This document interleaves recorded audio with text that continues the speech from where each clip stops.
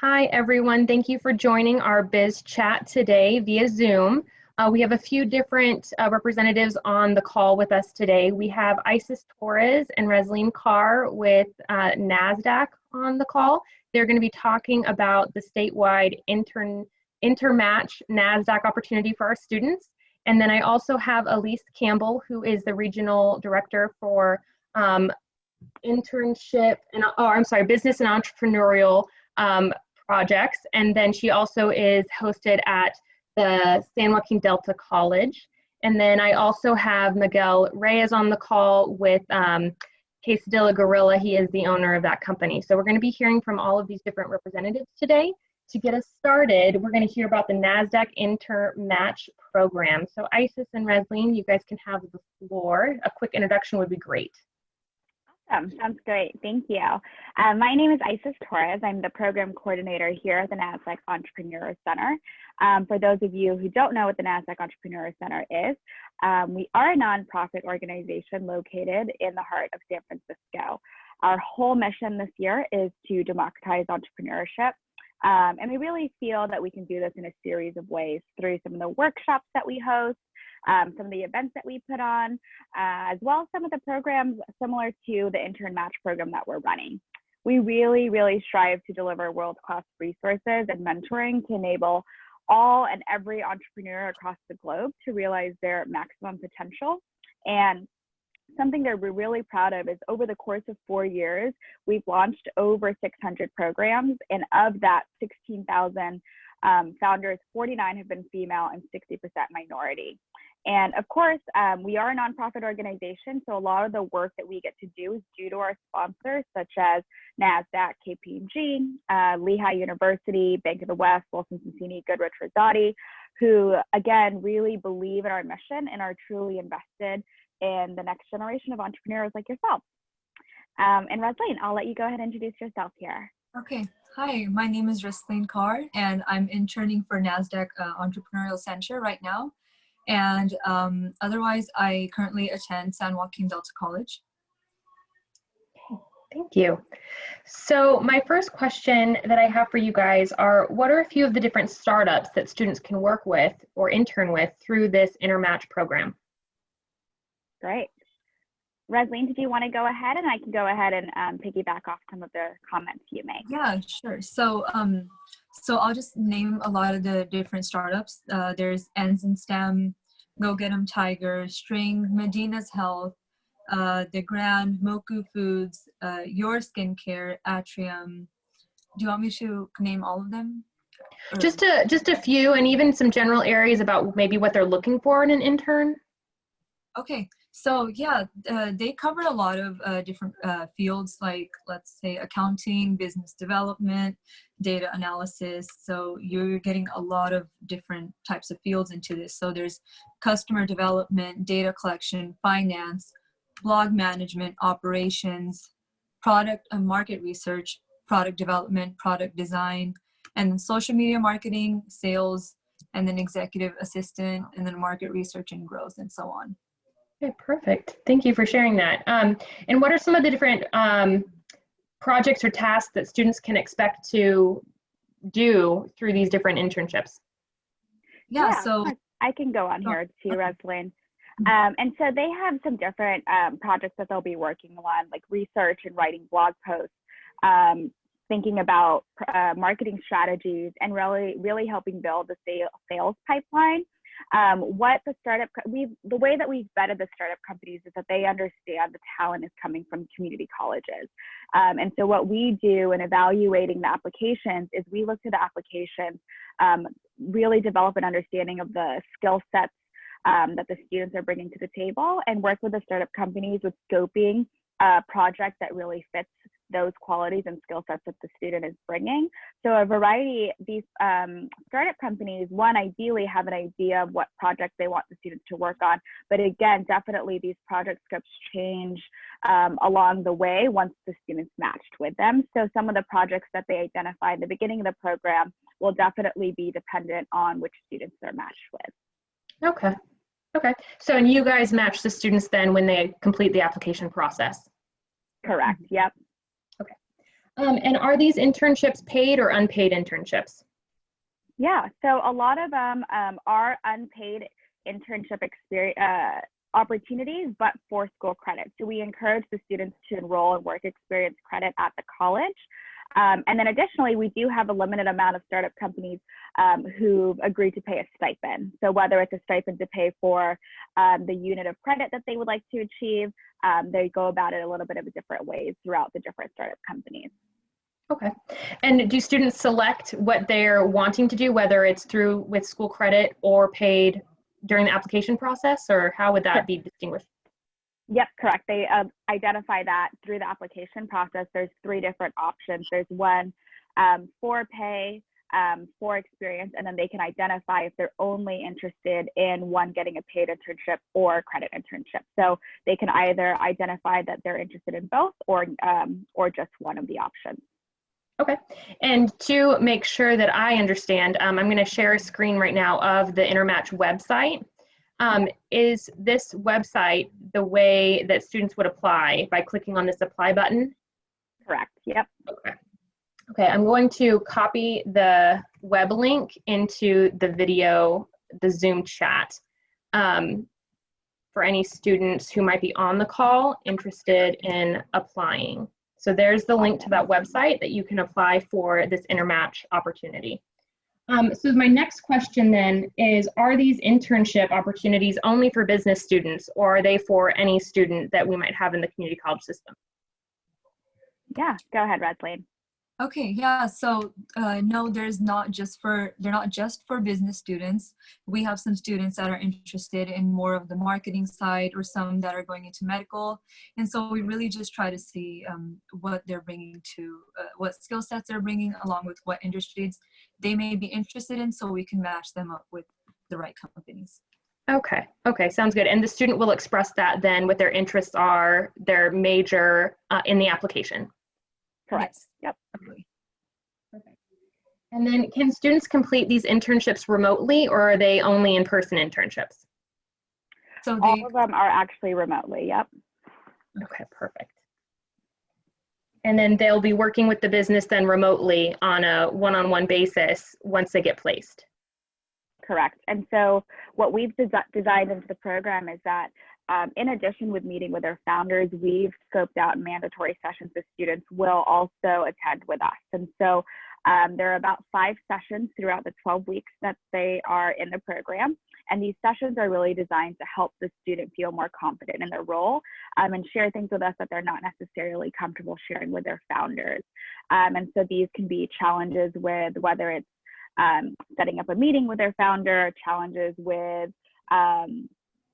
one of the projects that they're working on, or any of the hurdles that they run into along the program. And so we make sure that the students are feeling confident in their role. We also design a peer learning platform, which is through Slack. So through Slack, we invite all of the interns who are accepted into the program to one channel. And it's an opportunity for them to kind of lean on each other a little bit, talk through some of their experiences and share what they're working on with each other. And just share, some day-to-day advice with each other. And so there's also that peer learning platform. And then additionally, they will set up a cadence to meet with their founder, whether it's bi-weekly or weekly, depending on their role in the program. Okay, so then basically students will form relationships with Nasdaq reps as well as the startup companies? Correct. Okay, sounds great, that's great. And then what are the different steps in the application process? Yeah, of course. Rosaline was actually just working on this. Okay, yes. So in the beginning, they're just going to fill out the application itself that's on WebLink, and we really want them to just be very descriptive on their answers, because that's where we're finding out, what skill sets are you bringing into this program? What are you interested in? Just how do you think? How do you tackle problems? And then along with that, we recommend them to prepare a resume and then a letter of recommendation, and then include a nomination form from their professors. And that's it really. Okay, and so if students are in the process of building their skill set, they can state that they're wanting to learn these skills in their application, and that can help you place them accordingly. Yes, yes. Absolutely. Really what we're looking in their applications is, one, to show that, there's depth in their responses, that they're really using, whether it's past work experiences or just past life experiences, and really adapting it and showcasing it in a way where, one, they're demonstrating a willingness to learn, showing flexibility in their work, and really just, motivated and develop and have this idea of a growth mindset, and are willing to really ask for help and support. And so those are the students that we're looking for. We're not definitely looking for students to have a lot of work experience in their past. I think it can definitely be beneficial, but we also have designed this program so that we can outreach students who've never had an opportunity before.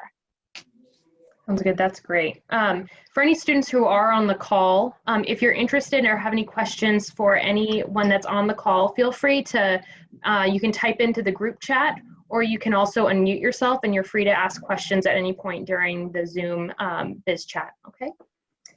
Okay, so my next question for you guys regarding the Intermatch Nasdaq State project: once a student completes the application process, how long does it typically take for them to get placed with a startup? Yeah, so the timeline that we're working on now is that applications are actually going to be closed around second week of April. So April 13th is the timeline that we're working against. After that, what we'll do on our end is we'll reach out to the student and start conducting interviews if they've been accepted to the second round. And we'll be doing interviews April 13th to the 17th. And so throughout that week, what I'll be doing is reaching out to the student either via email, or if they've listed their phone number there and I've specified that it's better to call them than email them, what I'll do is schedule a time to interview them. And what we do is we go through a list of questions to just learn a little bit more about them, why they're interested in the opportunity. And this really helps us learn more about their personality and see if there's a startup company that really could help advance their career and give them an opportunity for those qualities to really shine. And then, sorry. No, you're fine. That's great.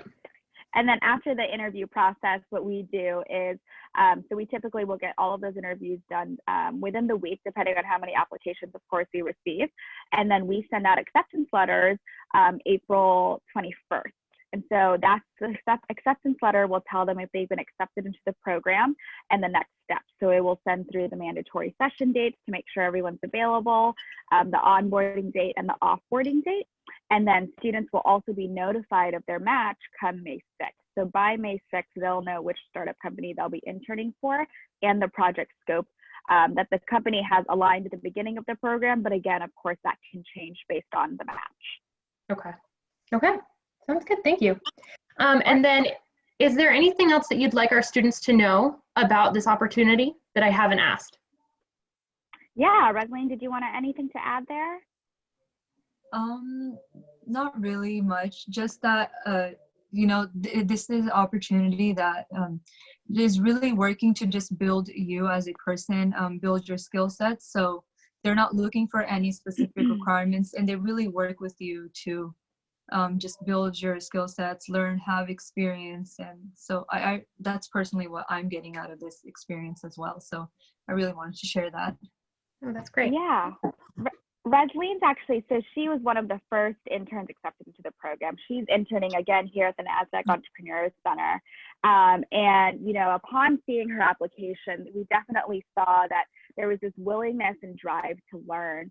And she, was very, very good about, following up with emails and just making sure she was staying on top of all the deadlines that we were providing. And I think, just my personal experience with working with Rosaline, her confidence level for the beginning of the program to where it's at now has really just boomed. And I think that, not to speak for you, Rosaline, but I really think that you've been growing into this role. And I think, she's demonstrates what I want this experience to look like for all the students who are participating, and just, exposure to this different remote world that, everyone's actually really going through. And so I think it's an opportunity to kind of get ahead of that curve. That's great. Thank you. Well, for any students who are interested in applying for this opportunity, the link for the website is in the chat box. And there is going to be an informational webinar that's held on March 26th, which is in a few days, and it's at 10 o'clock. And that information, that link to join that webinar is on the website as well. So it's just below the application button if you want to join in that webinar. Okay. Okay, thank you, Isis and Rosaline. Yes. Thank you. I was going to say in the chat box here, what I can also do, I can send you through the additional sessions that we'll have past that March date so that you have them for the April. Okay, sounds good. Thank you. Sure. And I'll be sure to share those out with other students and faculty as well, so they're aware of other future webinars. Perfect. Okay. So then I will go ahead and mute Isis and Rosaline, and then Elise Campbell, I'm going to unmute you. Oh, it looks like you're already unmuted. So I have a few questions for you, Elise, regarding the regional project for Intermatch. Do you want to give a quick introduction about yourself for any students who are on the call? Sure, thank you. And thank you so much for hosting this session. It's amazing information for the students. My name is Elise Campbell, and I'm the Regional Director of Employer Engagement for Business and Entrepreneurship. I'm hosted at Delta College, but my position is regional, and I work with 14 community colleges, including West Hills Lemoore in the Central Valley and Mother Lode region. So my job is really to be that conduit with the business community and the community colleges, and really be able to engage the employers. And so this project that we started several months ago in planning, we had two projects kind of going on at the same time, a statewide initiative and a regional initiative to offer these internships. So we had 30 from the state, of which 10 of the 30 were from our region, and an additional 30 internships, so 40 from the Central Valley. So we originally had 2 to 3 per college, but we're really opening it up. We don't want to have students not apply because of that. So anybody interested, please apply. We're really going to work on this as first come, first serve. And I think, you know, just kind of reflecting when we started this project and work with faculty and all the career services teams at the schools, you know, it really was more of a new concept to offer remote internships for students.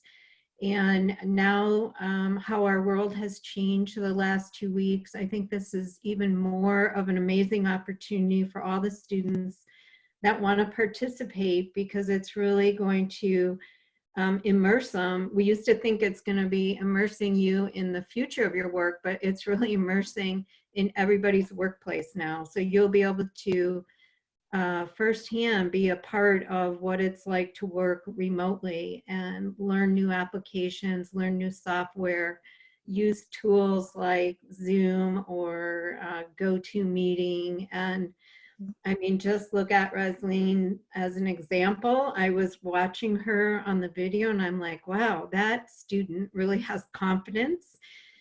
She's really talking about giving some information about how it helped build her skill sets, and she didn't have as much business background, and you wouldn't know it from listening to her. And every time we work with employers, and I myself on advisory committees or working directly with employees, they are really looking for students to connect with them for jobs and internships, that they're looking at these soft skills or the entrepreneurial mindsets. So it's really like my colleagues were saying, is they want you to be able to communicate both orally and verbally and be a problem solver. So going through this application is your first homework assignment, really. So go through the application process, go first and sign up for an information webinar, which is on that website.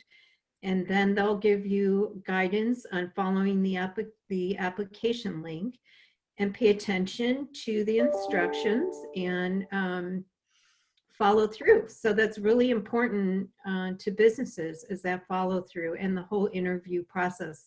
And this will not only help you in getting your internship, but could lead to a job with one of these companies, or just when you are looking to join the workforce full time, the experience on going through this interview process and learning how important it is on follow-up. I'm really excited for this and hope that so many of you students today will check out the website and join one of the information sessions. Yes, and that the information on the future informational sessions is going to be sent out to students. So any students on the call, you can expect that information to be sent to your West Hills email.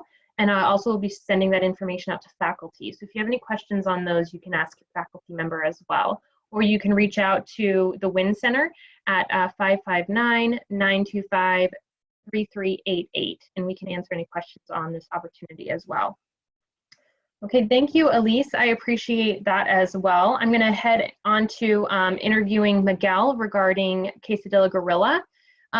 Thank you so much. Is there any last little bits of information you'd like our students to know regarding your involvement with the regional aspect of this project?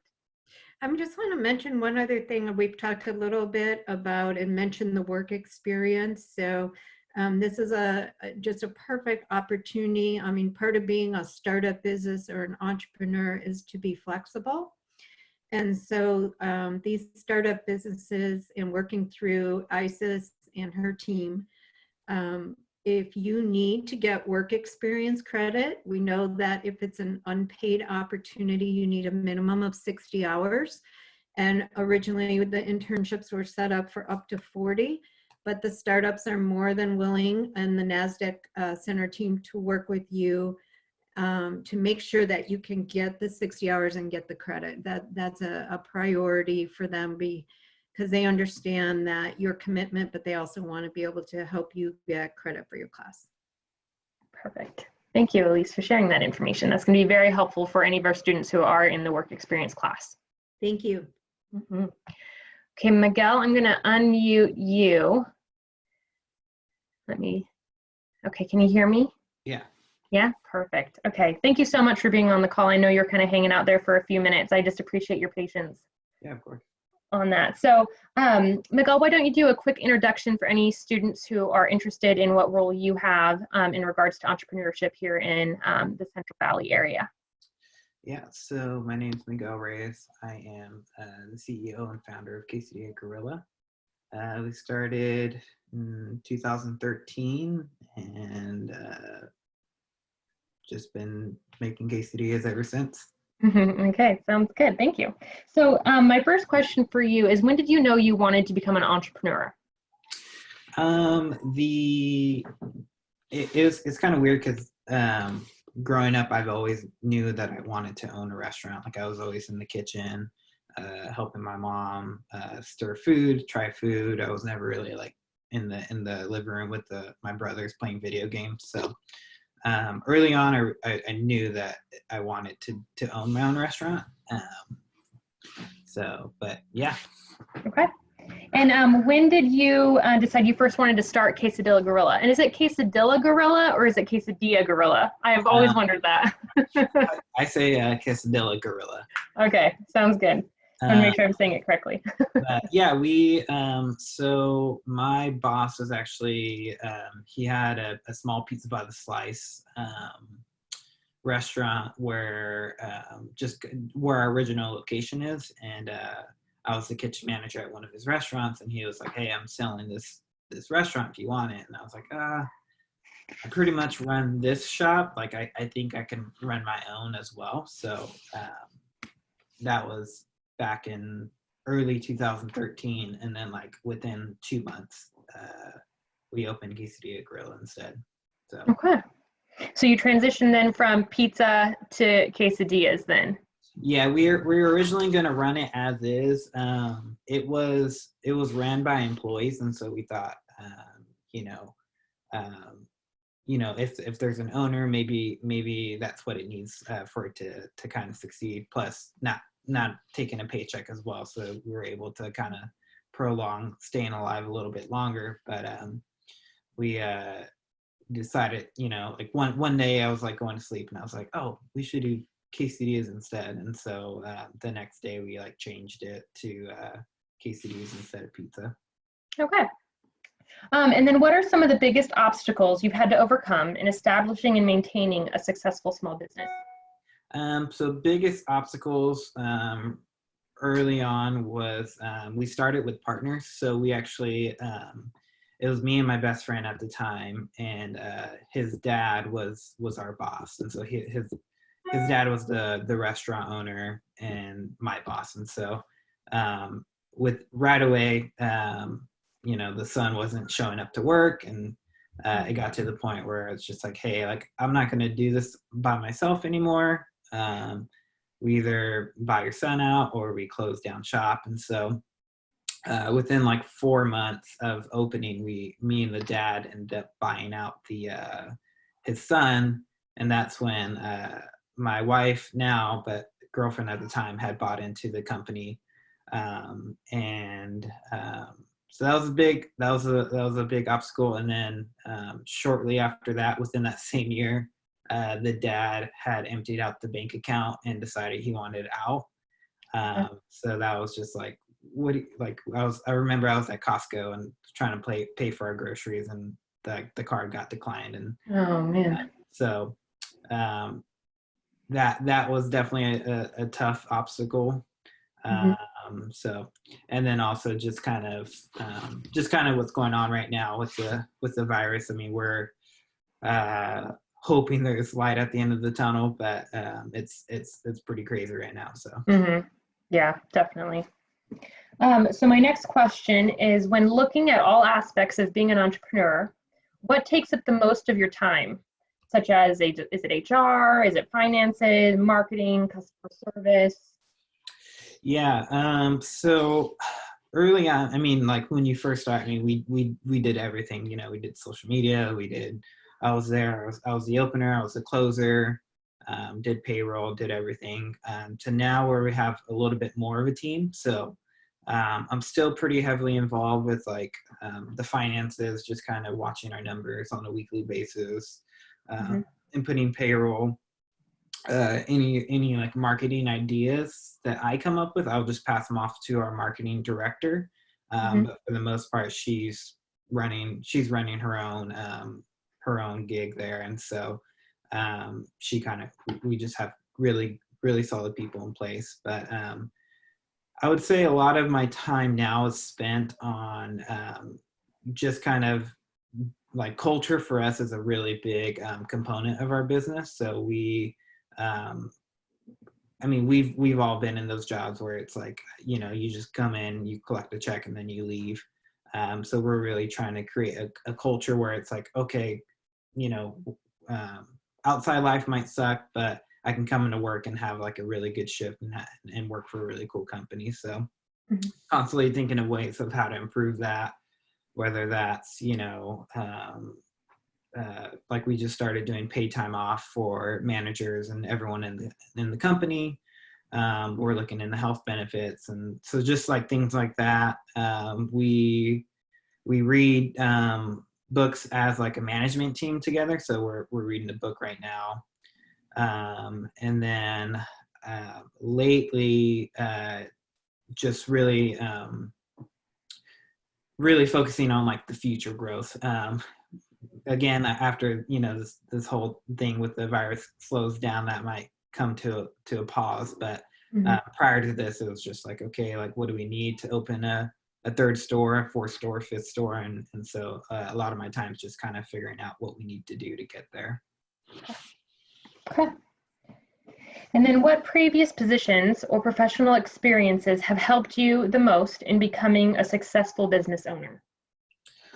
I think just all the jobs that I had. I started working. I mean, I remember like selling like mistletoe when I was a kid for Christmas money, or I would help my grandpa, clean up houses because he used to do stucco work. So just kind of like all those like little jobs was, I got my first like real job when I was like 15.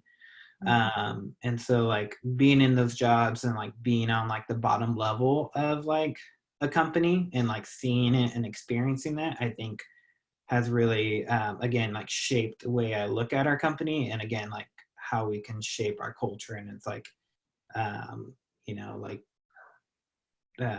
just kind of be the example that we want to be. You know, it's like, yes, we get you have to mop and you have to clean, but you know, you're appreciated for that. You know, it's not a little thing. So yeah, definitely. And then what is something that would surprise people about your day to day? My I think probably the biggest thing for me is self-care. So I do a lot of just kind of reading, but as well as just working out. So I usually start my day with like a CrossFit workout at like 5:30 in the morning, or at some point in the day. If I can't go in the morning, then I'll make it a point to go every single day. So okay, self-care is important. So that's great for you for taking the time to know what you need in order to support your team. Yeah. So good. What is one thing you wish someone would have told you before starting your company? I think just you're not alone in it. I mean, I think we all too often are just kind of like, no one understands, you know, what's kind of going on. So I think just reaching out to people, whether they have a business or not, like I think you need like that support group to like help you get through like the ups and downs, and then also not to like take it too serious. I think for the first like 5 years of Gorilla, it was like my identity was Gorilla, and so I think kind of that 5th year was just like, okay, like Gorilla isn't who I am, but it's just what I do. So okay. And then what are some of the biggest rewards in being an entrepreneur? Choosing my own hours for sure. I mean, sometimes that means I'm working double the hours.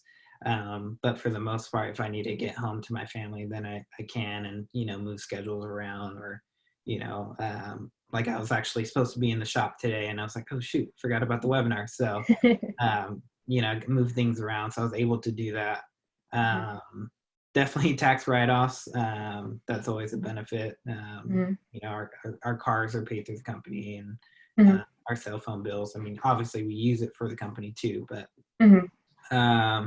and then I think the biggest thing is probably just creating something for people to enjoy. Like it's really cool to like see, like I genuinely love cooking, and it's like it's really cool to see people enjoy the food that comes out of our kitchens, and, you know, just create memories. You know, like we have one couple, their first date was at our restaurant, and then when he proposed, they came and celebrated it at our restaurant, and then now we're actually catering their wedding. So it's just really cool to like build those memories. Yeah, that's great. Beyond a degree and or certificate, what additional training or knowledge would be valuable for someone wanting to start their own business? So I would probably say YouTube, podcasts, books, reaching out to other people in your field. I mean, I think there's a lot of free resources. Like if you type in, you know, down to like, how do I create or how do I make a seller's permit, or, you know, how do I open up a business bank account? You know, what information do I need? Like you just type that like in Google or in YouTube. And so there's a lot of things like that, or, you know, listening to podcasts. I do a lot of podcasts and books. Just similar thing, you know, like if there's like a topic, like right now we're looking into profit sharing. And so I'm listening to a podcast about that. Okay, very cool. Yeah, I don't think a lot of people realize how many free resources are out there. So I love that you brought that up right now. Thank you. And then my last question for you is, what advice would you give to our students who are interested in following in your footsteps? I would say start small. I mean, we luckily our initial investment was pretty small at Gorilla, just because it was a really small space. Like we didn't take on a full on, you know, 50 person restaurant. We only have like 8 chairs in our restaurant, and we don't even have that anymore. We just have outside seating. But start small, test the market. You know, especially if you're like a food concept or, you know, a retail concept, like, you know, go to the farmers markets, try to get in there, you know, sell to your friends and family, figure out like why you want to have a business. I feel like a lot of what keeps me going is just that I do love what I do, you know, and I'm not in it just for a profit, but it's just something that I get to do. And yeah, don't be afraid to ask questions. You know, do your research. I mean, I think there's times where, you know, there are speakers or something in class and I like had questions and just was like afraid to ask questions. But now if it's like, if there's a question that pops up, I'm just going to ask it, even if it feels like it's a dumb question. Reading, huge resource. You know, I try to read at least 1 to 2 books a month, and not to like listen to negative people in your life. We told a few people, it's like, we're going to open a quesadilla shop. And it's like, well, that's stupid. And so, but now it works. You know, we have people approaching us wanting to franchise it, and we're like, no, like we don't want to go that route just yet. So, yeah. That's great. Thank you. I appreciate that. So I just want to thank everyone for being on the call. I appreciate hearing about the Nasdaq opportunity, Intermatch, and also Miguel, I appreciate you sharing about being an entrepreneur here in the local valley and Quesadilla Gorilla. I will be sharing this out with students. So if any students have questions, you might hear from me in an email delivering those questions to you guys. But again, I appreciate you guys taking the time. Yeah. So, thank you so much. Okay, we'll talk to you guys later. Bye. Bye. Thank you. Bye.